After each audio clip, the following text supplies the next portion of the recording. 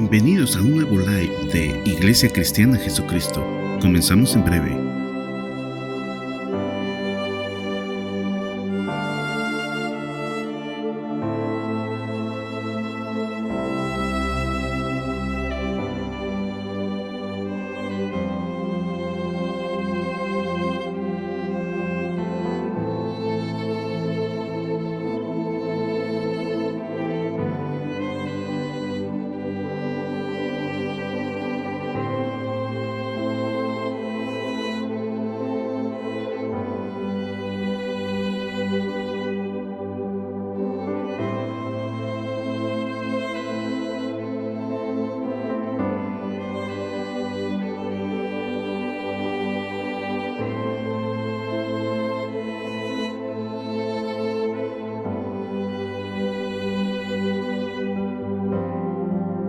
Bienvenidos a un nuevo live de Iglesia Cristiana Jesucristo.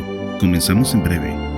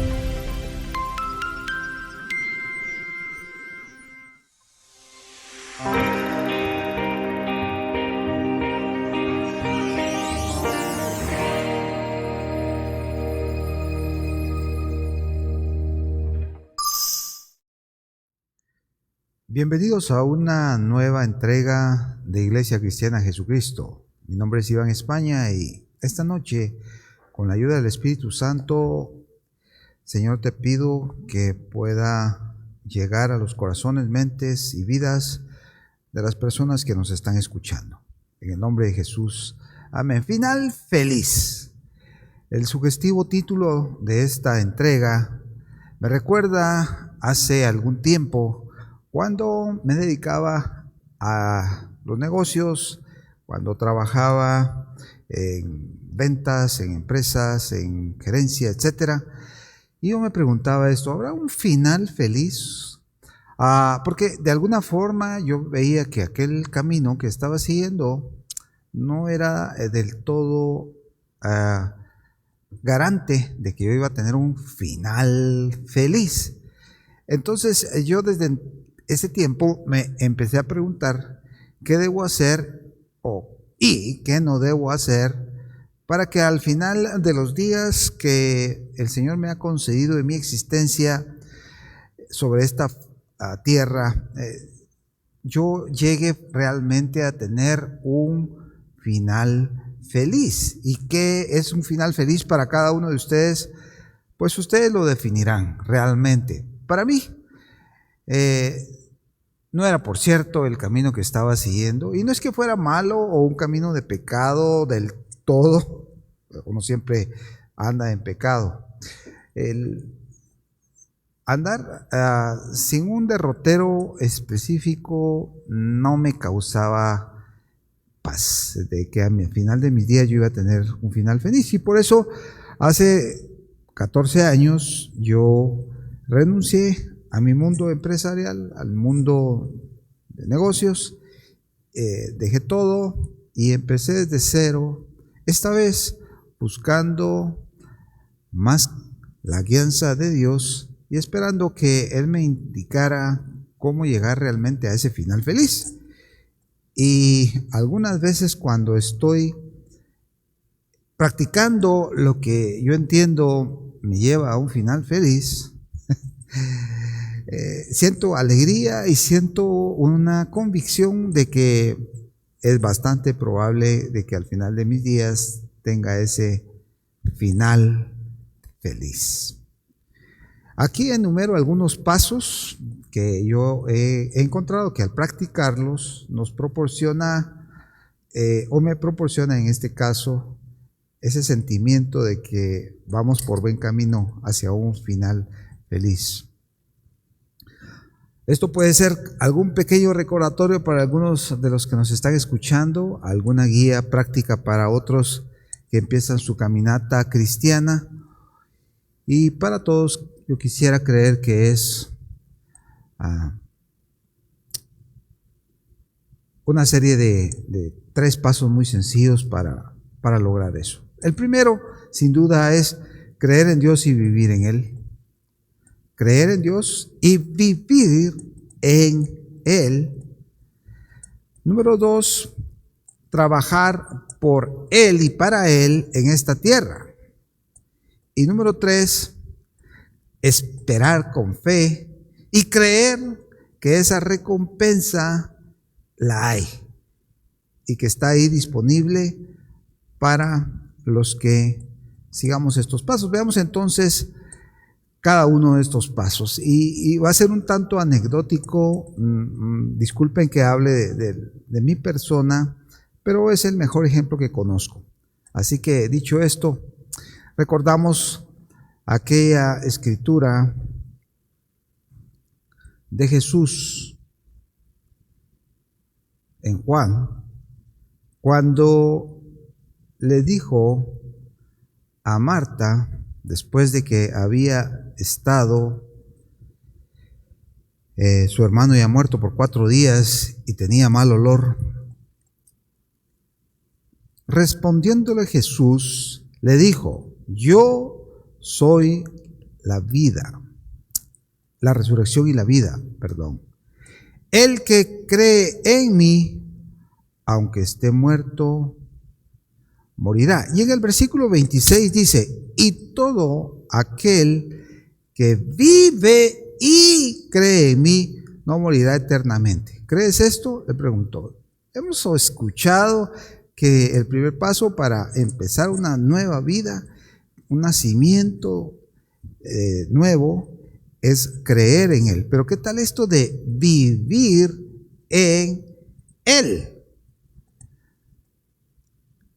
Marta le dijo: sí, Señor, yo he creído que tú eres el Cristo, el Hijo de Dios, que has venido al mundo.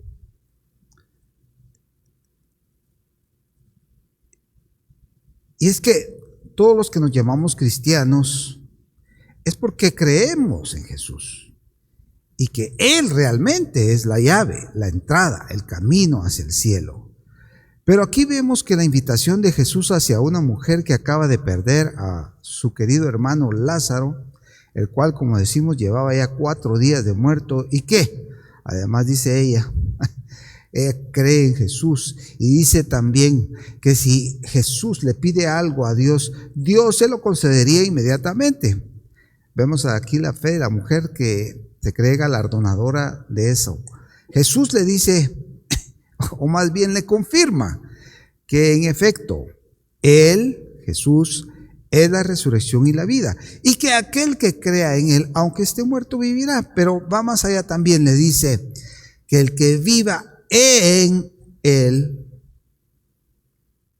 y el que crea, lo vuelve a mencionar, no morirá eternamente.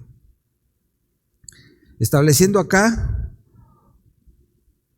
una nueva dimensión. ¿Debemos creer en Jesús? Sí, pero debemos vivir en Jesús. ¿Y qué significa vivir en Jesús? La palabra que se usa acá, en, es una preposición primaria que indica orientarse hacia un lugar específico, hacia un tiempo o propósito, buscando un resultado. Es decir, aquellos que vivimos en Jesús buscamos un resultado, buscamos un propósito trascendental, mucho más allá de la vida de negocios que en mi caso yo llevaba. También esta preposición está puesta con la intención de que cuando se lea se haga una solamente con la persona, que vuelva a ser uno con la persona, que sea perenne durante todo hasta el fin del asunto. Es todo lo que dice la concordancia Strong sobre esta interesante palabra, vivir en Jesús. Así que yo andaba por ahí, pero realmente tal vez no vivía en Jesús. Era creyente, sí, pero no vivía en Jesús. Creía en Jesús, pero no vivía en Él. Y yo veo aquí la necesidad de preguntarnos a todos los que ya creemos en Jesús, ¿estamos viviendo en Él? ¿O solamente estamos creyendo? Y como decía al principio, me pregunto qué cosas tengo que hacer y qué cosas no tengo que hacer. Y a veces el mejor ejemplo es recurrir a lo contrario, a alguien que tal vez creía en Dios, pero no vivía en Dios. Y el ejemplo que se me ocurre en este momento es el rey Saúl. Veamos un poco la historia allá en el primer libro de Samuel, capítulo 10 y versículo 6. Entonces el Espíritu de Jehová vendrá sobre ti con poder y profetizarás con ellos y serás mudado en otro hombre. Diciéndole el profeta Samuel a este hombre que sería ungido como el primer rey de Israel.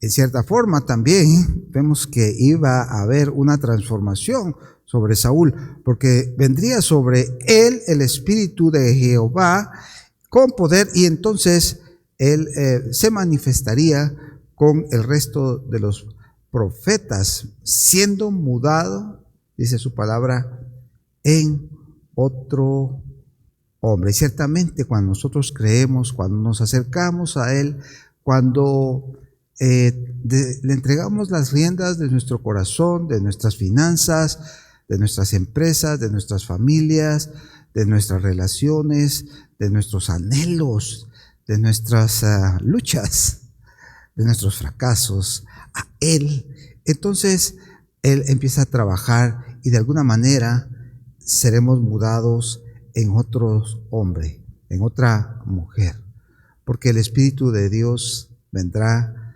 sobre ti y sobre mí. Realmente alguien que estaba, como decimos normalmente, ocupado en las cosas del mundo, buscando ahí unos animalitos que se le habían perdido, o en mi caso, facturando, haciendo proyectos, pagando la planilla, estando al día ahí con las deudas, con los proveedores, etcétera, etcétera, con los salarios, viendo cómo ahí llegamos a fin de mes y luego otro mes y otro mes y otro mes, y pasaban así los meses se convertían en años y los años en lustros y ya iban varios. Pero este hombre, Saúl, andaba en las cosas mundanas, pero a partir de ese momento, de ese encuentro con Samuel, con el Espíritu Santo, él empezaría a ocuparse de las cosas de Dios. Añade en el primer libro de Samuel, capítulo 10, versículo 7, y cuando te haya sucedido estas señales, haz lo que te viniera a mano, porque, y esto está lindo, Dios está contigo. Lo que hagas, lo que seas inspirado para hacer, dale, no tenés que preguntar, porque Dios estará contigo. Dios está contigo. Como vemos aquí, no solamente se trata de creer en un Dios, sino que caminar con Él, vivir en Él y para Él. Y así es como inició el reinado del rey Saúl. Y hay una evidencia clara de que Dios estaba con él, con Saúl. Leemos en el primer libro de Samuel, capítulo 11, versículo 6. Al oír a Saúl estas palabras, el Espíritu de Dios vino sobre él con poder y él se encendió en ira en gran manera. Quiere decir que el Espíritu de Dios estaba sobre Saúl. Saúl y el Espíritu de Dios eran uno, caminaban juntos. Saúl, podemos decir, caminaba con Jehová. ¿Y cuánto nos recuerda este episodio tan lindo de nuestros primeros días en el cristianismo? Y aquel que nos está escuchando por primera vez y está pensando, ¿qué será eso de estar en los primeros amores, en ser un recién convertido, le llamamos, en haber conocido recién al Señor y haberle entregado recién las llaves de todo su ser? Pues es algo maravilloso, es algo precioso cuando en mi caso personal y mi esposa y mi familia dimos ese paso. Yo recuerdo que cada reunión, cada situación eran manifestaciones fuera de lo normal, eran manifestaciones poderosas, eran situaciones que realmente ahora que las pienso anhelo muchas de ellas, para serles sincero. Pero cuando pensamos en lo maravilloso y sorprendente de esta etapa, miles de cosas que sucedían y todavía siguen sucediendo, no digo que no, pero como que uno se malacostumbra a ver esas cosas especiales como cotidianas, pero siempre el amor y la misericordia de Dios se manifiestan de manera sobrenatural sobre la vida de sus hijos, sobre los ministerios que Él cubre, sobre los pueblos que en Él cree y esperan, tal como sobreabundantemente sucedía en la vida de Saúl al principio. Pero Saúl en algún momento se apartó. Y aunque él fue un líder militar competente y su gobierno se consolidó con victorias, por ejemplo, la victoria de Jabes de Galaad, y continuó dirigiendo la nación a través de muchas campañas exitosas militares, en la medida que su popularidad también empezó a crecer y llegar hasta una cumbre. Sin embargo, una serie de errores muy graves comenzaron a suceder en la vida de este rey, y están escritas allí en la Biblia. Por ejemplo, en el primer libro de Samuel, capítulo 13, versículos del 9 al 14, narra el momento en el cual, y no vamos a ir ahí, pero narra el momento en el cual él ofrece un sacrificio, un holocausto no autorizado, y ahí empieza su caída vertiginosa, su desobediencia continua, cuando no hizo caso. Él se le fue dicho que debía eliminar a todos los amalecitas y a sus animales en una orden específica que Dios dio allá en el primer libro de Samuel, capítulo 15 y versículo 3. Usted puede irlo a consultar más adelante, pero él hizo caso omiso a esa situación, a una orden directa de Dios, y él decidió ser más misericordioso que Dios y perdonarle la vida al rey Agag, junto con parte de los mejores animales que estaban en aquella tierra. Y para agravar la situación, él trató de encubrir su transgresión mintiéndole a Samuel. Y en el fondo mintiéndole también a Dios, ¿verdad? Aunque eso no se puede, pero él dio una excusa ahí, diciendo barbaridades en el primer libro de Samuel, capítulo 15, lo puede revisar. Y esta desobediencia realmente fue la gota que colmó el vaso. Y Dios apartaría su espíritu de Saúl. Eso está escrito en el primer libro de Samuel, capítulo 16, versículo 14. Así como está escrito capítulos antes. Y el Espíritu de Dios estaba sobre Saúl y Dios estaba con él. Aquí tristemente dice, y Dios apartaría su espíritu de él. Qué triste realmente. Que nunca suceda eso en la vida de cada uno de nosotros, que por más situaciones que tengamos en la vida, resbalones, desviaciones, porque no somos perfectos, siempre tengamos ese don del arrepentimiento y esa forma de poder pedir perdón rápida e inmediatamente por cualquier tipo de transgresiones. Aunque Saúl se le permitiría servir como rey el resto de su vida, él ya estaba afectado, no solo porque Dios apartó su espíritu de él, sino que también un espíritu malo de parte de Jehová vendría y lo atormentaría y le provocaba olas de locura, dolores, etcétera. Los últimos años de Saúl no tengo tiempo para describir, pero fueron profundamente trágicos. Él entró en depresión, él empezó a buscar pitonisas, a consultar brujos o brujas, a apartarse de la vida que había iniciado muy bien. Y si acaso podemos escoger 3 lecciones de la vida del rey Saúl, podríamos decir que en primer lugar, siempre debemos obedecer a Dios y hacer su voluntad. Y eso es fundamental. Desde el principio de su reinado, Saúl tuvo la oportunidad perfecta para ser el rey que marcara el inicio de las monarquías en Israel, poniendo el ejemplo. Y no fue así.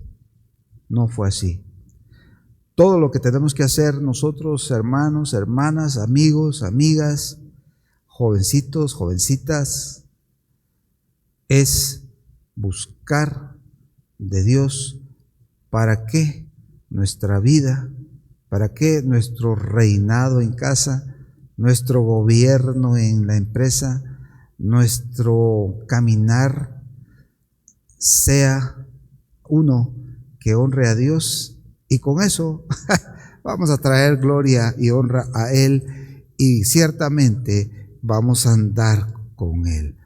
Pero qué fácil es moverse para la derecha, moverse para la izquierda, con finanzas, con pornografía, con pecado, con tentaciones, con dinero fácil. Qué triste. Encontramos que la desobediencia de una persona afecta a muchos. Cuidado. Tu desobediencia, mi desobediencia, no solo te afecta a ti, afecta a tu círculo cercano y a tu círculo próximo y a tu círculo lejano. Claro que sí. Y si estamos en posiciones de liderazgo, aún más.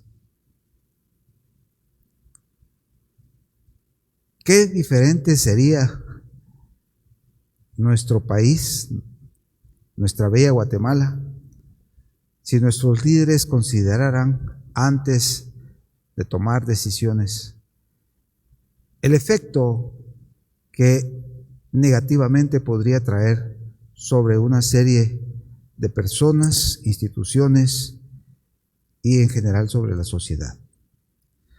El ejemplo perfecto de la desobediencia de Saúl es el incidente donde Dios le ordenó matar a todos los amalecitas, pero él le perdona la vida al rey y guarda parte del botín de guerra. Amán, el agageo, que más adelante trataría de aniquilar a todos los judíos en el libro de Esther, ¿Se recuerda?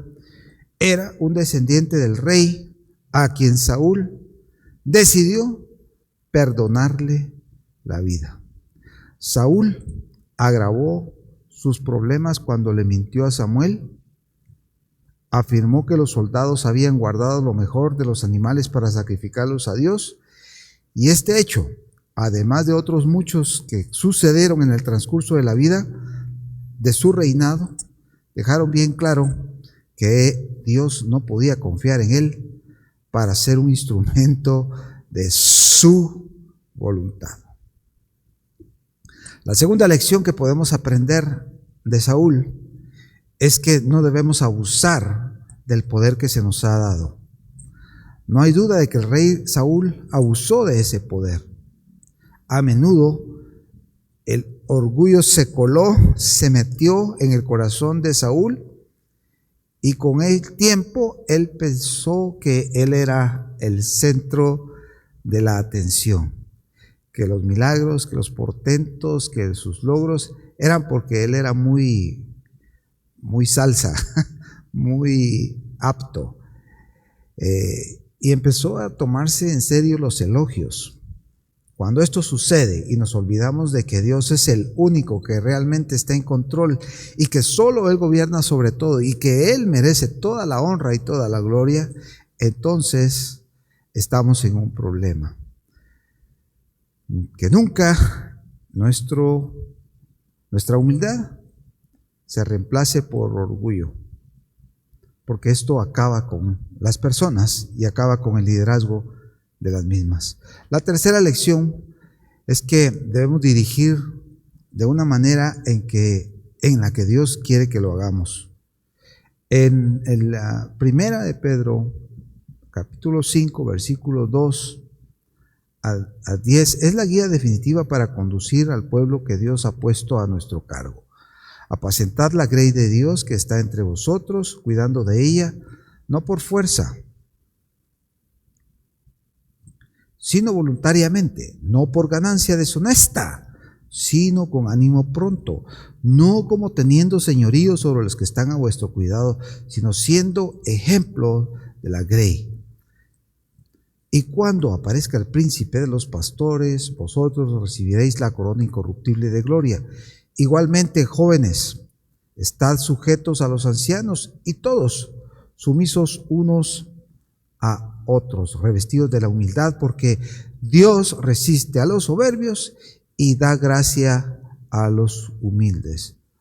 Humillaos pues bajo la poderosa mano de Dios para que Él os exalte cuando fuere tiempo, echando toda vuestra ansiedad sobre Él, porque Él tiene cuidado de vosotros.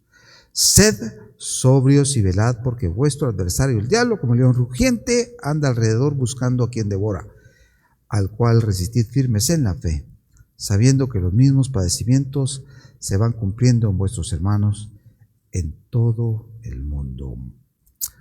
Mas el Dios de toda gracia, que nos llamó a su gloria eterna en Jesucristo, después de que hayáis padecido un poco de tiempo, Él mismo os perfeccione, afirme, fortalezca y establezca. Amén.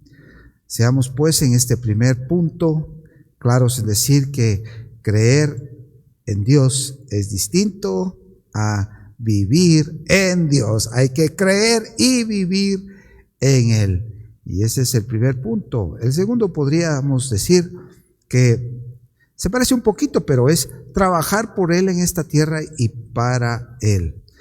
¿Saben? Se espera que a nuestro paso por este planeta bello que Dios nos ha dado, seamos productivos y que hagamos buen uso de los recursos y de los talentos que Dios nos entrega en nuestras manos, sean estos monetarios, humanos o espirituales. Hace algunos años conocí a una persona que inició un programa altruista, un programa de becas universitarios para jóvenes mayas en la región Ixil de Guatemala. Y una de las primeras preguntas que me hizo fue: ¿y cómo le pondrías tú al programa? Se trataba de darle becas universitarias a un grupo importante de jovencitos mayas. Y al final de esta historia, que es muy larga, ¿verdad? El nombre que se escogió para este programa fue 10 talentos. Pero yo no había entendido realmente el mensaje, la esencia de este nombre, ya que la Biblia en Mateo 25, en los versículos del 14 en adelante, especialmente en el versículo 15, dice que a uno le dio 5 talentos, a otro le dio 2 y a otro le dio 1. Entonces, a nadie le dio 10 talentos. Entonces, ¿cómo es que se llamaba el programa Los 10 talentos? No me traía ninguna revelación. Hasta que este filántropo me lo explicó. Me dijo que él había puesto 5 talentos, pero que los jóvenes universitarios, los que estaban atendiendo a este programa de becas, se esperaba que produjeran otros 5 y que al final devolvieran al programa 10. Es decir, 5 que me dieron, más 5 que produje. Aquí están 10 talentos de vuelta al programa para que siguieran habiendo más y más becas. 5 más 5 igual 10 talentos. Y Mateo 25 es realmente la parábola de los talentos de mis preferidas en la Biblia. Yo quiero pensar que al final de mis días, ese final feliz que yo estoy visualizando para mi vida, sea un momento alegre, ¿verdad? Cuando me pare frente a frente, Él me mire con sus ojos y me diga, bien, dame la mano, chócala, buen siervo y fiel, sobre poco has sido fiel, sobre mucho te pondré, pasa al gozo de tu Señor. Espero que tú que me estás escuchando, tengas la edad que tengas, seas jovencito, seas de mediana edad, seas un joven adulto o en la tercera edad o un anciano, que piensas que quizá ya no puedes lograr nada, que sepas que hasta el último día que estás en la tierra tienes la oportunidad de incrementar tus talentos a la medida de máximo rendimiento para entregarle cuentas al dueño de estos talentos. Muy bien, y el paso 3 que yo podría sugerir es que esperemos en su recompensa, creyendo que la hay, que no son fantasías, historias y que eso lo inventaron solo porque los buenos van para arriba y los más para abajo y hay un castigo y hay un premio. Entonces, no, debemos estar convencidos realmente de que esa recompensa realmente existe, porque en diferentes partes de la Biblia lo dice. En 1 Corintios 15, 58, por ejemplo, dice: por lo tanto, mis queridos hermanos, en una versión que estoy leyendo yo diferente a la Reina Valera, manténganse firmes e inconmovibles, o sea, constantes, progresando o creciendo siempre en la obra del Señor, conscientes de que su trabajo en el Señor no es en vano.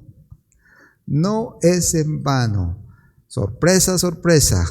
Créelo, va a haber algo bueno para ti al final. Gálatas 6:9 nos recuerda que debemos ser constantes y no cansarnos, pues, de hacer el bien, porque a su tiempo, dice, segaremos si no nos damos por vencidos, si no desmayamos. De la misma manera, 1 de Pedro 5:6 nos invita a ser humildes y a aceptar todo lo que venga pues de parte de la mano de Dios. Humillaos pues bajo la poderosa mano de Dios para que Él os exalte a su debido tiempo. A su debido tiempo. Primera de Corintios 2:9 nos dice que ni siquiera nos podemos imaginar eso, ese premio, ese galardón, esa recompensa para aquellos que trabajamos, que creemos, que vivimos, que trabajamos en Él y para Él, que le amamos pues, porque está escrito que ningún ojo ha visto, ningún oído lo ha escuchado todavía, ninguna mente humana es capaz de imaginarlo o concebirlo. En ninguna parte en el corazón de hombre alguno ha nacido esto, ni ha subido, porque hay cosas que Dios ha preparado tan grandes, tan especiales para aquellos que le amamos. Amén. Y hemos visto entonces en esta entrega el ejemplo de lo que un final triste puede ser.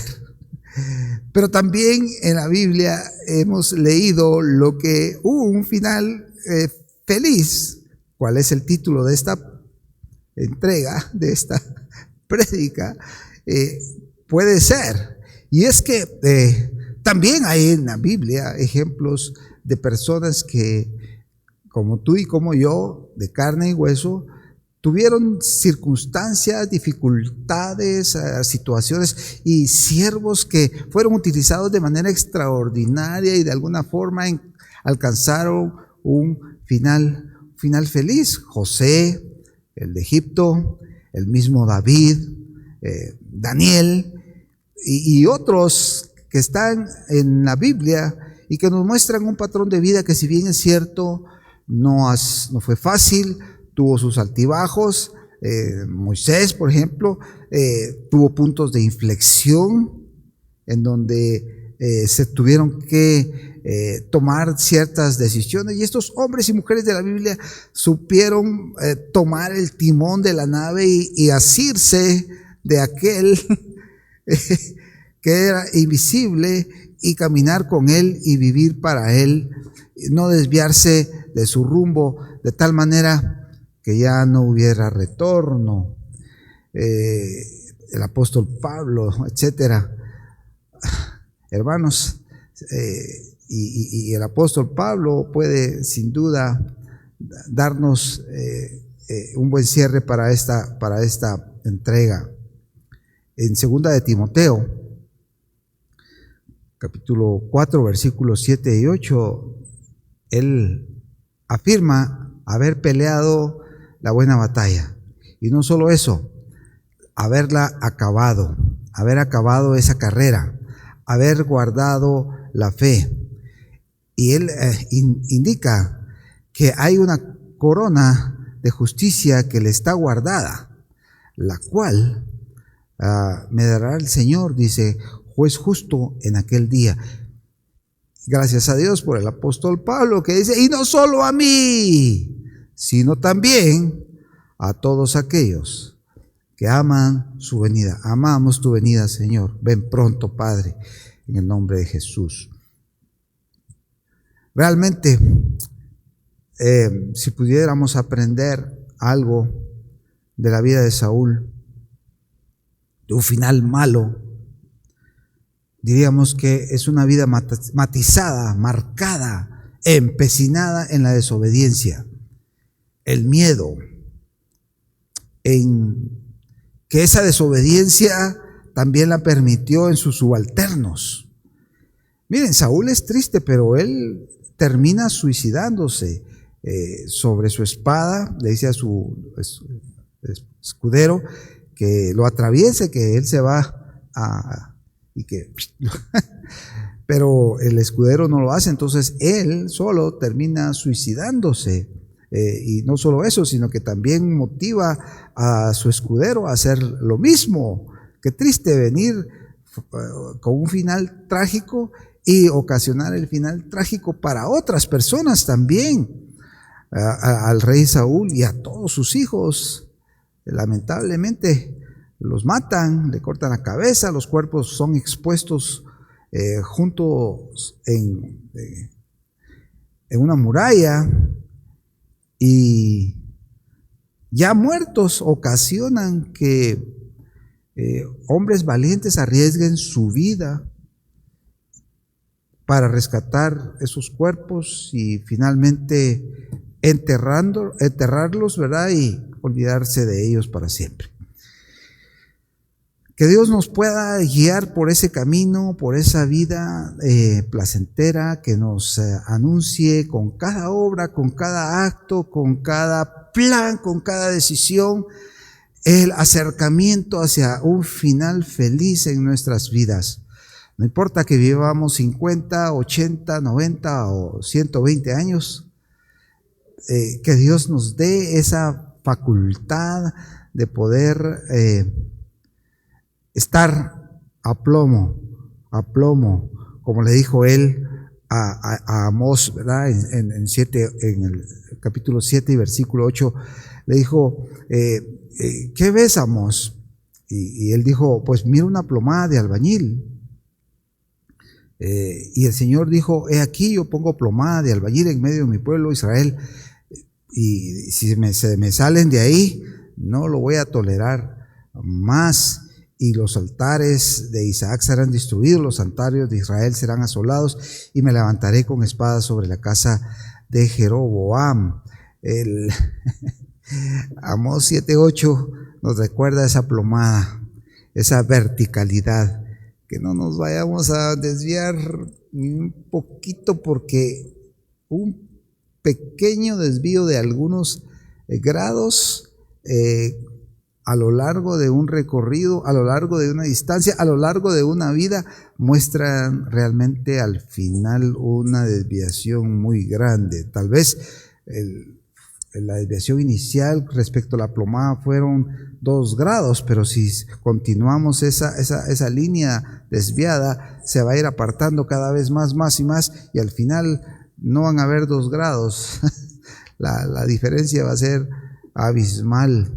Y es que la visión aquí es que Dios da una orden. Hay un muro hecho a plomo, y ese muro ha sido hecho por Él, porque la plomada está en su mano, y luego que Él mide, y lo que no está bien lo va a deshacer. No lo va a permitir, sencillamente, no lo va a permitir.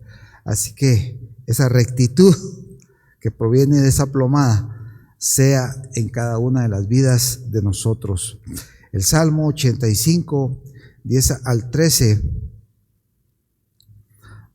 nos recuerda un bello encuentro entre la misericordia y la verdad, entre la justicia y la verdad.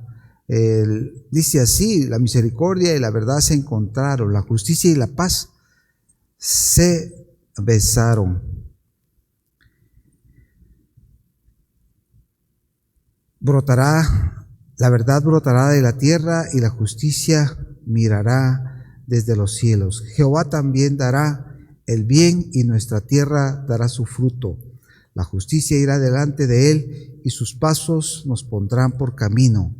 El acercamiento entre ese amor y esa verdad del Señor, entre esa paz y esa justicia, las cuales se besarán, dice, será una unión, una unidad, un casamiento perfecto entre el cielo y la tierra. Esperamos ese momento con ansias, con anhelo, y mientras tanto en la tierra de los vivientes, tratar nosotros de ser esos instrumentos de justicia, esos maestros de justicia, como bien lo pregonamos acá en la iglesia.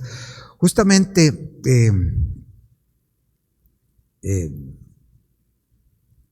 fue esa disonancia entre la verdad, entre la justicia, la misericordia, etcétera, que lo que llevó al pueblo de Israel a que fuera castigado y que lo llevaran exilado por 70 años, ya que el pueblo no buscaba entender y amar los preceptos de Dios, sino que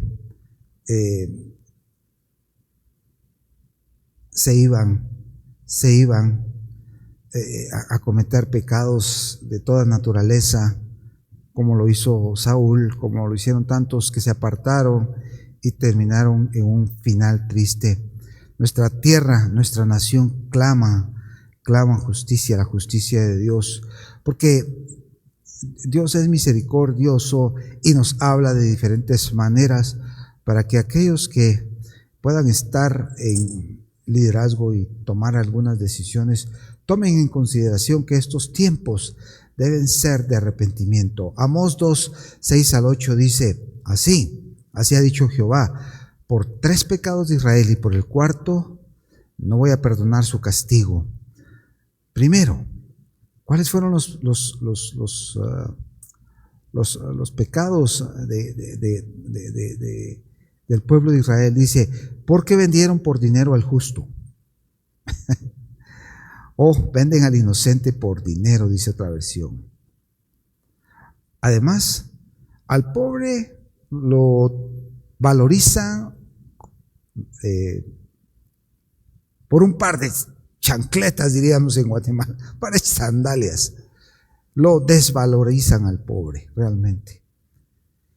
También pisotean en el polvo de la tierra las cabezas de los desvalidos. Y también tuercen el camino de los humildes, dice. El hijo y su padre se llegan a la misma joven, profanando mi santo nombre. Y sobre ropas empeñadas se acuestan junto a cualquier altar. Y el vino de los multados beben en la casa de sus dioses. Es triste porque aquí hay por lo menos 4 pecados que hacía Israel. Al justo no le hacen justicia, sino reciben soborno y emiten sentencias y venden por dinero al justo, y al pobre desvalorizan. Al que no tiene dinero, pues no tiene voz acá. Además dice, pisoteaban las cabezas de los desvalidos y tuercen el camino de los humildes. Como si esto fuera poco, había un tercer pecado, y es que el hijo y el padre se llegan a la misma joven, dice su palabra, profanando mi santo nombre. Y el cuarto es que se acostaban en ropas mal habidas y tomaban vino, producto de las multas, producto de los sobornos que ellos tenían, y se daban a beberlo en las casas de sus dioses con D minúscula. Otra versión dice, con las multas injustas que ponían, compraban ese vino y se embriagaban, y entonces lo ofrecían a sus dioses con D minúscula y vivían en una vida disoluta. Realmente no queremos eso para nuestro país, no queremos eso para nuestras vidas, no queremos eso para nuestras familias, no queremos eso para nuestras sociedades. Guatemala, primero Dios y sus hijos que caminen con Dios y vivan en Él, no solamente que crean en Él, marquen una diferencia y que podamos cumplir entonces de esa manera con lo que el pastor Ricardo hablaba el domingo pasado, sobre predicar con el ejemplo, sobre dar testimonio con nuestros actuar, ¿verdad? Cumpliendo entonces esa gran comisión que nos ha sido dada. Pero agrego algo y con esta me despido. Que primero Dios podamos cumplir con esa gran comisión, pero que primero podamos cumplir con el primer mandamiento. El primer mandamiento. Y se los dejo de tarea. Es muy fácil. Búsquelo. ¿Cuál es el primer mandamiento? Según Jesús. Así que Dios nos ayude. Padre, gracias por este tiempo. Gracias porque esta palabra llegue a causar el efecto por el cual ha sido enviada. Gracias, Señor, también por aquellos que tú estás tocando para producir un cambio a gran escala en sus vidas, en sus familias, en su sociedad y en nuestra bella Guatemala. Y quizás algún día también en el mundo entero. Esperamos tu venida, Señor Jesús. Te amamos. Amén. Si te ha bendecido el mensaje, no pierdas la oportunidad de compartirlo.